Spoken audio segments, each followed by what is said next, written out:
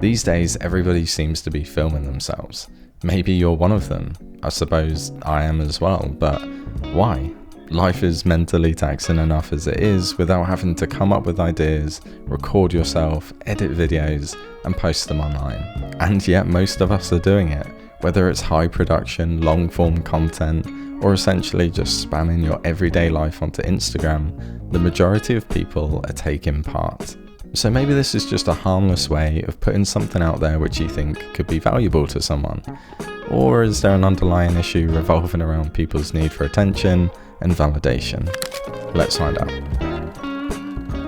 Influencer culture is absolutely crazy. I'm sure you've seen a ton of people doing ridiculous things, all in the hope of gaining an online following, to the point where all authenticity is lost, all in the pursuit of likes and followers. But when it comes to filming yourself in your everyday life, it hasn't always been like this, and to get a really good picture of how the landscape has changed, we need to go back to the 90s. So this is me back in the mid-90s, and I'm sure this footage was recorded on something a bit like this, a camcorder which records onto a tape. And the reason why this footage looks so wholesome and organic and authentic is because when it was being recorded, it was purely being done just to have a nice memory. These clips were never intended for the world to see, but instead just so some family members could look back on it fondly. And in a similar way, photographs were taken with the intention of having them printed.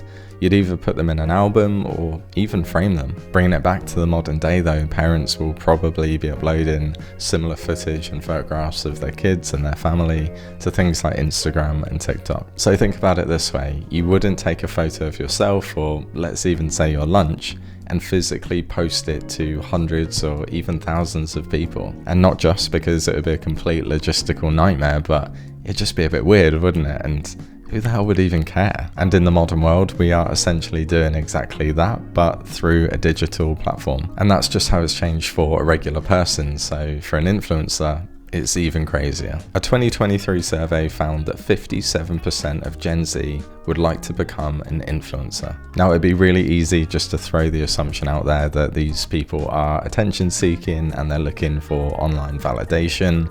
But in actual fact, the Gen Zers that were questioned reported that the main reasons for pursuing that lifestyle were actually flexibility, money, and fun. All of which is completely understandable. I mean, who wouldn't want a job that has flexible working hours, good pay, and of course, you actually enjoy it? Although, if you've seen documentaries such as The Social Dilemma, and basically just looked around and seen how addicted people are to their phones these days, it's honestly quite hard to make a valid case for promoting people to go all in on these social media apps.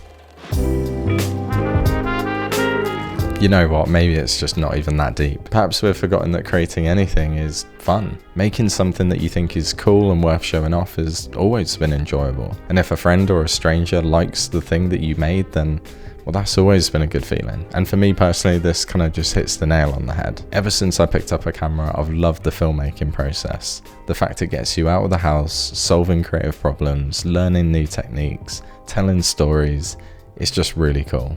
And if you're an artist in any kind of way, whether that's painting, photography, drawing, pottery, it's just kind of natural that you just want to show off your work, right? It would just be really weird to create loads of good stuff and then confine it all to a basement or stick it on a hard drive somewhere. I think it all just comes down to authenticity.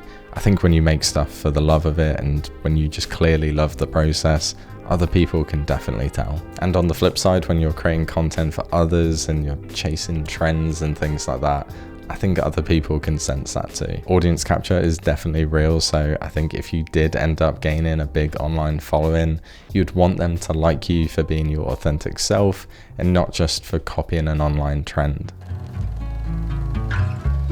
It's really easy to get caught up in slightly existential thoughts whether you should be posting yourself on social media, and if so, what exactly should you be posting? But I think for me, it's just really helpful to think back to all the creators who I really enjoy and who have provided me with a lot of value over the years. So for me, looking at different filmmakers that I enjoy watching, not only is it entertainment, but there's a lot of valuable knowledge on offer, which has personally really helped my career. At no point did I watch these guys and think, oh, they're just trying to like string me along so they can sell me a product or something.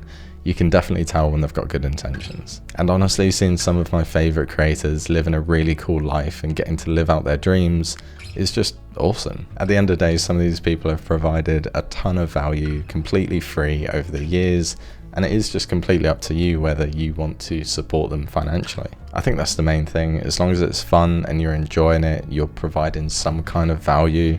If it takes off and snowballs into something bigger, then wicked. And at the same time, if not, you can still sleep easy knowing that you're just having fun, learning and trying to help some people out along the way. I do also take quite a lot of comfort in remembering that a lot of people just have got their own stuff going on, like they don't really care what you're up to.